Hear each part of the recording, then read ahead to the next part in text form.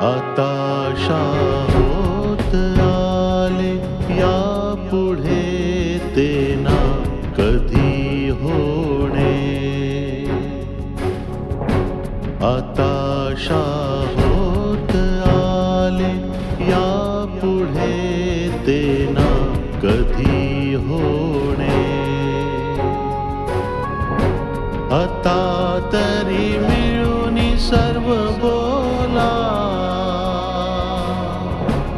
आता तरी मिळून सर्व बोला. ना ऐसे ना पुन्हा होणे. आताशा होत आले यापुढे ते ना कधी होणे. अहो सर, तुम्ही इथे? का मी इथे येऊ शकत नाही का? नाही नाही, अहो ऍक्च्युली मी इथूनच चाललो होतो, म्हणून म्हटलं तुम्हाला भेटून जावं आणि बघूनही घ्यावं की काम कुठपर्यंत आलंय. पूर्ण होतच आलंय. तुम्ही निश्चिंत राहा. 1-2 दिवसाचा प्रश्न आहे, मग सगळं तयार होईल. तुम्ही दोघी बहिणी खूपच मेहनत करताय. तुम्ही आमच्यावर एवढा विश्वास टाकला तर आमचं सुद्धा काही कर्तव्य आहेच ना. तसं तुम्ही इथे आला नसतात तरी चाललं असतं. 1-2 दिवसांनी मी शहरात येणारच होते. म्हणजे मी इथे आलो ते तुम्हाला आवडलं नाही? अहो असं काहीच नाहीये. तुम्ही जे आमच्यासाठी केलं आहे ते आम्ही कधीच विसरू शकणार नाही. तुम्हाला माहित नाही सर, तुम्ही आम्हाला किती मोठा आनंद दिला. असं? मला तर हे माहीतच नव्हतं. हे तर खूपच चुकीचं आहे. अहो ह्यात काय चुकीचं आहे? जे खरं आहे ते खरं आहे. बघा ना, मी किती वेंधळी आहे. तुमच्याशी बोलण्याच्या नादात विसरूनच गेले की ताईने खूप खूप सुंदर डिझाईन्स बनवली आहेत. हे बघा बघा किती सुंदर आहेत ना. आणि हे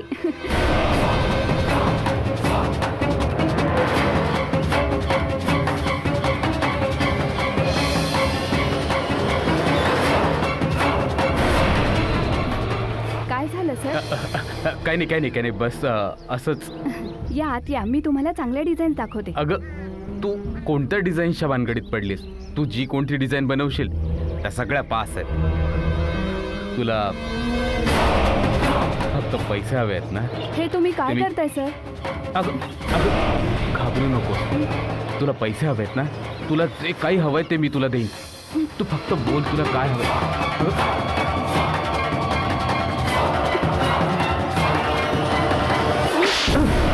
बेशरम, तू माझ्यावर हात उचललास ना? नालायक कार्टे. हा मी तुला तुझी लायकीच दाखवून देतो. अरे तू काय माझी लायकी दाखवणार? आता जर मी ओरडले ना तर सगळं गाव तुझी अशी अवस्था करतील की आरशात तोड सुद्धा बघू शकणार नाहीस. अगं चल चल, बघून घेईन तुला. समजलं का?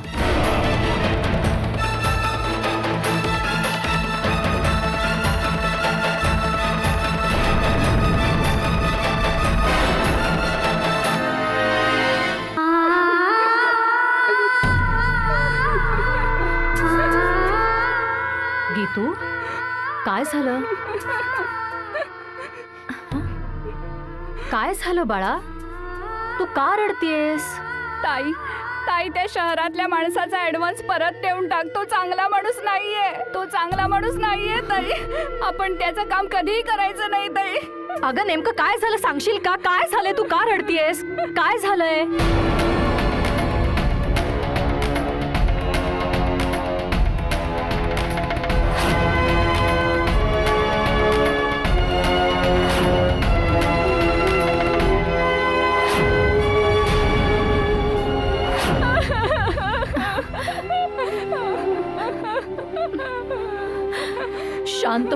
शांत हो, काही होणार नाही.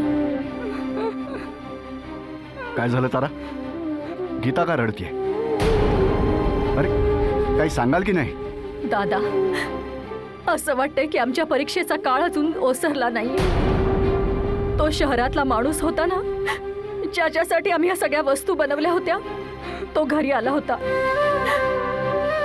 आणि त्याने गीतू सोबत गैरप्रकार केला आणि हिने त्याच्या थोबाडीत लगावली. अगदी योग्य केलंस गीता.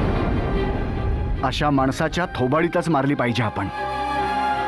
दादा, पण आम्ही एवढ्या मेहनतीने ह्या सगळ्या वस्तू बनवल्या होत्या. आता ह्याचं काय करायचं? जीवनात कधीही अवलंबून राहायचं नसतं तारा.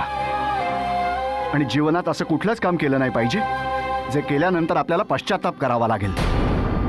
अगं असे मध्यस्थ तर तुला सगळीकडेच भेटतील. या लोकांपासून नेहमी सावध राहायला हवं. ताई, मला तुझी स्थिती समजते ताई, पण तू काळजी करू नकोस.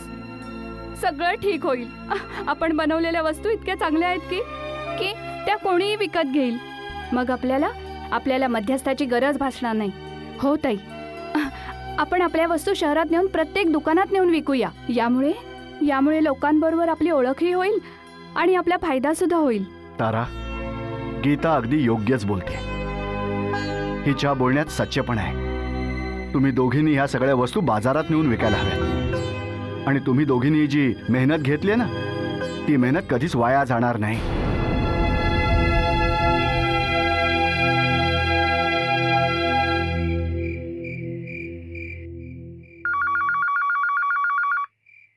जेव्हापासून यांच्या निवडणुकीच्या तिकिटाची बोंब झाली आहे तेव्हापासून फोन प्रकरण एका मिनिटासाठी थांबलेलं नाही. आता ही अवस्था तर पुढे काय होईल माहित नाही. जगधारी, खूप माज आलाय ना तुला. जिवंत राहायचं असेल तर लायकीत राहा. कोण बोलतंय? जगधारी कुठे आहे? ते घरात नाहीयेत. पण अशा प्रकारे फोन करण्याचा काय अर्थ आहे? कोण आहात तुम्ही? तुम्हाला काय हवंय? जगधारीला समजावून सांगा की जास्त हुशारी दाखवू नकोस. त्याची एकही मुलगी जिवंत राहणार नाही. जास्त शहाणपणा केला ना, दोन्ही मुलींना मारून टाकेन. नीट समजावून सांगा त्याला आपल्या लायकीत राहायला, नाहीतर परिणाम चांगले होणार नाही. Hello hello hello hello.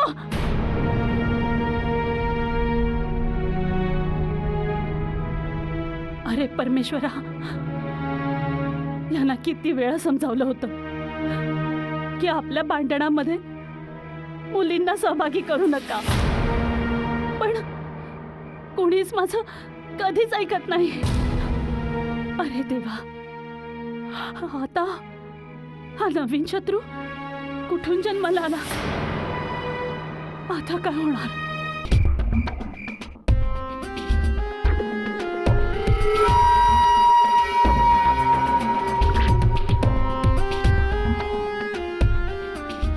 ताई, ह्या घरात ना नाटकं तर फार मोठी मोठी केली जातात, पण जितक्या घाईत नाटकाची सुरुवात होते तितक्याच पटकन नाटकातली हवा देखील निघून जाते. पडदा पडण्याची मजाच येत नाही. अगं ज्योती, तू कोणत्या नाटकाबद्दल बोलतीयेस? एक नाटक असेल तर सांगू ना ताई. इथे तर रोजच नवीन नाटक सुरू झालेलं असतं. आता काही दिवसांपूर्वीच ते दुर्गेशवाला नाटक झालं. त्याचं काय झालं? काहीही झालं नाही. मग घरात चोरी झाली, पोलीस सुद्धा आले, तक्रार नोंदवली, पण तरी सुद्धा काहीही झालं नाही. हो ना, तू खरं बोलतेस ज्योती. अगं एवढ्या मोठ्या हवेलीत चोर भिंत फोडून चोरी करून गेला आणि कोणाला काही पत्ता सुद्धा लागला नाही. आणि सगळ्यात मोठी गोष्ट म्हणजे पोलीस सुद्धा काही करू शकले नाही. ताई, मला तर ना या तुझ्या काका काकींचा संशय येतोय. असं वाटतं की ह्या घरात जेवढ्या घटना घडतायत त्या सगळ्यांचे करते धरते तेच आहेत. तूच बघ, जेव्हापासून ते दोघं या घरात आले काही ना काहीतरी घडतच आहे. हो ज्योती, तू अगदी खरं बोलतेस. कधी कधी तर मला सुद्धा हेच वाटतं. ताई, मी ना नेमकं तेच सांगायला विसरले. त्या दिवशी गावाची आत्महत्येची घटना घडली ना, त्या दिवशी एक म्हातारा भारतीला भेटायला घरी आला होता. त्याला काहीतरी बोलायचं होतं, पण त्या काकांनी त्याला धमकी देऊन असं हाकलून लावलं की मी फक्त बघतच बसले. तेव्हापासूनच मला त्याच्यावर खूप संशय येतोय. हे बघ ज्योती, पायावर कुऱ्हाड पडू दे नाहीतर पायच कुऱ्हाडीवर पडू दे, आपल्याला ह्या सगळ्याशी काही देणं घेणं नाही ठेवलं पाहिजे, कारण की आपलं वैर फक्त त्या भारतीशी आहे. मग आपल्याला हा विचार करायला हवा की आपण तिच्याबरोबर काय करावं. काय की आपण आपलं डोकं नको तिथे वापरू लागलो ना, तर अगं ह्या सगळ्या प्रकरणात ती भारती हवेलीची मालकीण बनेल. समजलीस तू? ताई, मला माझं ध्येय चांगलं लक्षात आहे. ते मी कसं काय विसरू शकते? तुझ्या आयुष्यासोबतच माझं आयुष्य देखील पणाला लागलंय. पण जोपर्यंत ती भारती या घरात आहे ना, तोपर्यंत आपलं ध्येय पूर्ण होणार नाही. ह्या हवेलीत घडणाऱ्या प्रत्येक घटनेवर नजर तर ठेवावीच लागणार ताई. बरोबर आहे ज्योती, नाहीतर आपल्याला सुगावा कसा लागेल की कोण कुठे कधी काय करतंय.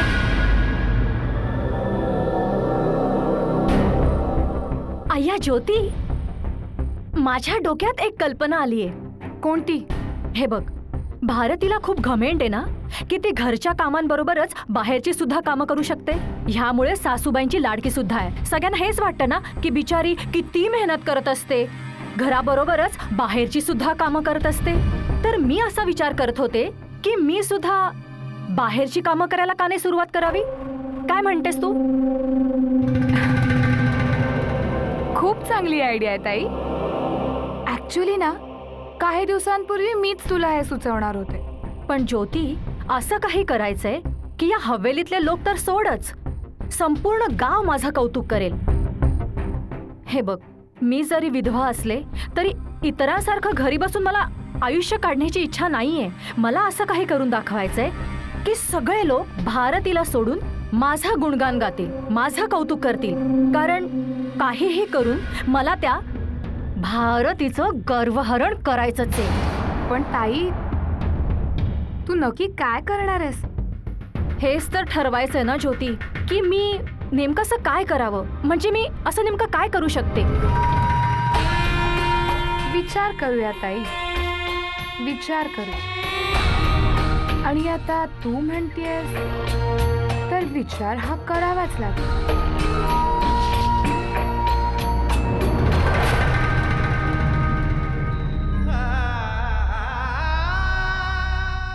भारती मला आईची ही अवस्था बघवत नाहीये. जेव्हा सुद्धा मी तिला अंथरुणावर पडलेलं बघतो, तेव्हा मला तिला असं बघून रडू येतं. मला माहिती आहे विजय, हल्ली आई फारच अशक्त दिसायला लागली. माहित नाही अशी कोणती गोष्ट आहे जी त्यांना आतल्यात पोखरत चालली आहे. अजून तरी नॉर्मल आहेत. सकाळी तर खूप ताप चढला होता. समजत नाहीये नेमकं काय झालं, काय कर. आज तर त्यांनी काही खाल्लेलं सुद्धा नाहीये विजय. काही नाहीये भारती, तिला फक्त एकटेपणा खायला उठलाय. खूप दुर्दैवाची गोष्ट आहे.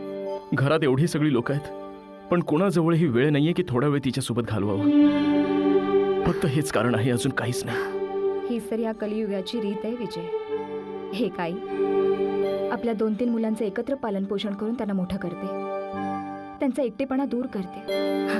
पण तीच 2-3 मुलं मोठी होऊन आईवडिलांचा एकटेपणा दूर करू शकत नाही. तेच आईबाबा त्यांच्यासाठी जणू लोणनं बनतात. तू बरोबर बोलतेस भारती. भारती, मी या घरातल्या बाकी कोणाला काही सांगू शकत नाही. फक्त तुलाच सांगतोय, जर जमलं तर ना, तर तू आईसाठी थोडं जास्त वेळ काढत जा. जर तू तिच्याजवळ बसशील ना, तर आईला खूप बरं वाटेल. तिचं मन सुद्धा मोकळं होईल. भारती, मी हे दुसऱ्या कोणाला सांगू शकत नाही. मी फक्त तुलाच ही गोष्ट सांगू शकतो. प्लीज, तू आईला सांभाळ. तुम्ही असं का बोलताय? ती काय फक्त तुमचीच आई आहे, माझी कोणी नाही. ती माझी सुद्धा, आजी सुद्धा आई आहे. अशा अवस्थेत बघून मला खूप त्रास होतो. असं वाटतं की त्यांच्याजवळ बसूनच राहावं, त्यांची सेवा करावी, त्यांच्यासोबत राहावं. पण मी काय करू? तारेवरची कसरत आहे. घर सांभाळायला जावं तर बाहेरच्या कामांना आडकाठी बसेल, आणि बाहेरची कामं करायला जावी तर घरची कामं नाकी न वाढता. मला मार्गच सापडत नाहीये की दोन्ही गोष्टींना कसं मॅनेज करू. तर घरातल्याला सुखी ठेवता येतं, स्वतःला आनंदी ठेवता येतं. काही बस कळत भारती, नाही. बस बस बस बस बस बस भारती, बस बस भारती, शांत हो. रडून काही उपयोग होणार आहे का? काही होणार नाही. काही ना काही मार्ग काढावाच लागेल. जर नाही काढला ना भारती, तर हे कुटुंब तुटून जाईल. मी एक काम करतो, उद्यापासून ना मी ही बाहेरची कामं करणं बंद करतो.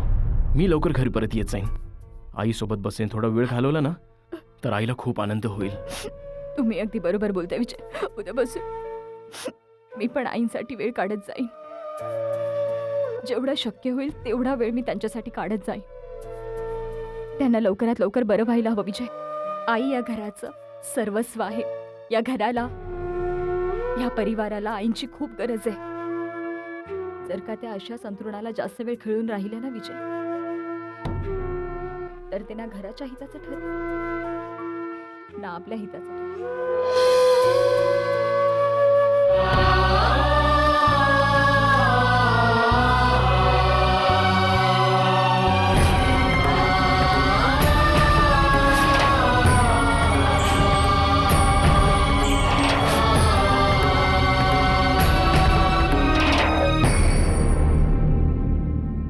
गीतू, हं?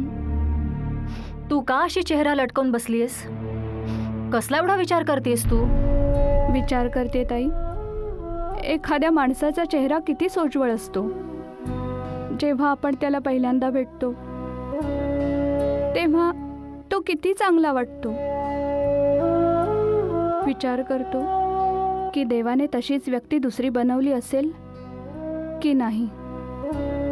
पण नंतर मग तो आपला खरा चेहरा दाखवायला सुरुवात करतो आणि आपल्यासमोर त्या व्यक्तीचं विकृत रूप येतं.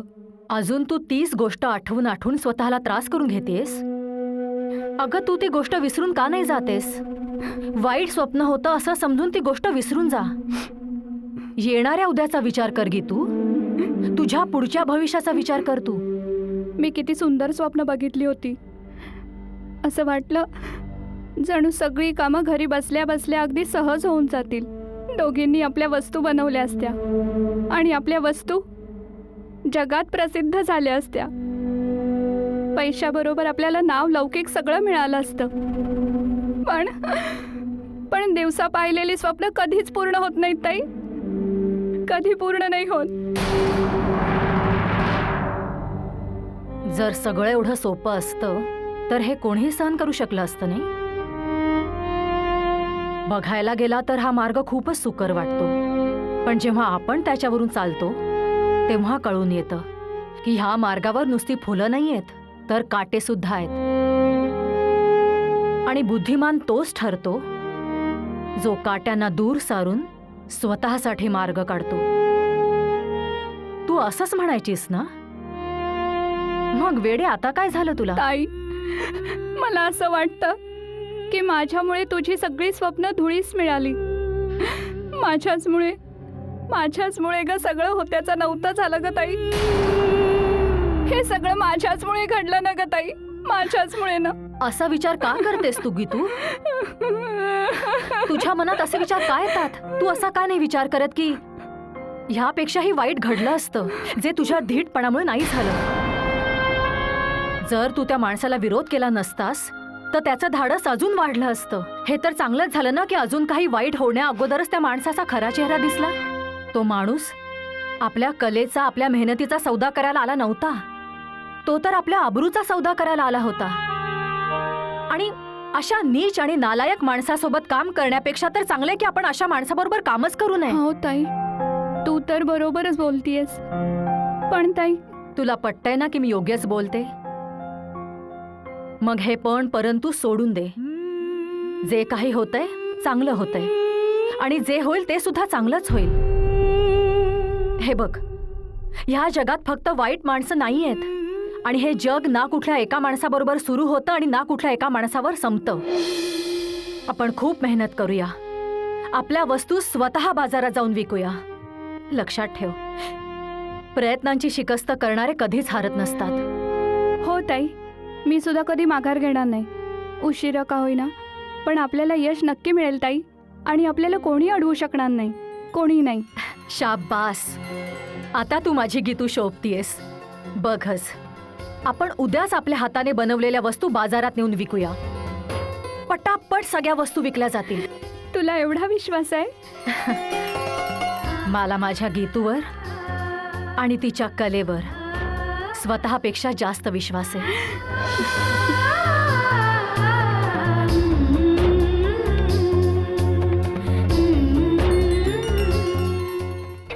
काल तुला जे बोलले होते त्याचा काही विचार केलायस का?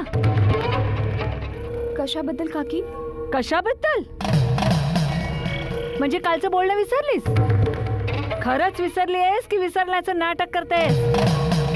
एक गोष्ट नीट लक्षात ठेवा, आम्हाला या हवेलीला वारस हवाय, तोही 1 वर्षाच्या आत. माझ्या या बोलण्याकडे दुर्लक्ष करू नकोस. हा, काकी ते काय सारखं आहे काकी काकी? ठाकूर कुटुंबातले सगळे नातेवाईक मंडळी आस लावून बसली.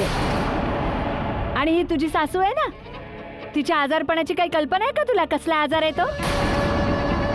कसलाही आजार झालेला नाहीये, फक्त नातवंड खेळवायची इच्छा आहे. काय झालं? काही बोलत का नाहीस? आता होत आले यापुढे ते ना कधी होणे. आता तरी मिळून सर्व बोला, आता तरी मिळून सर्व बोला ना ऐसे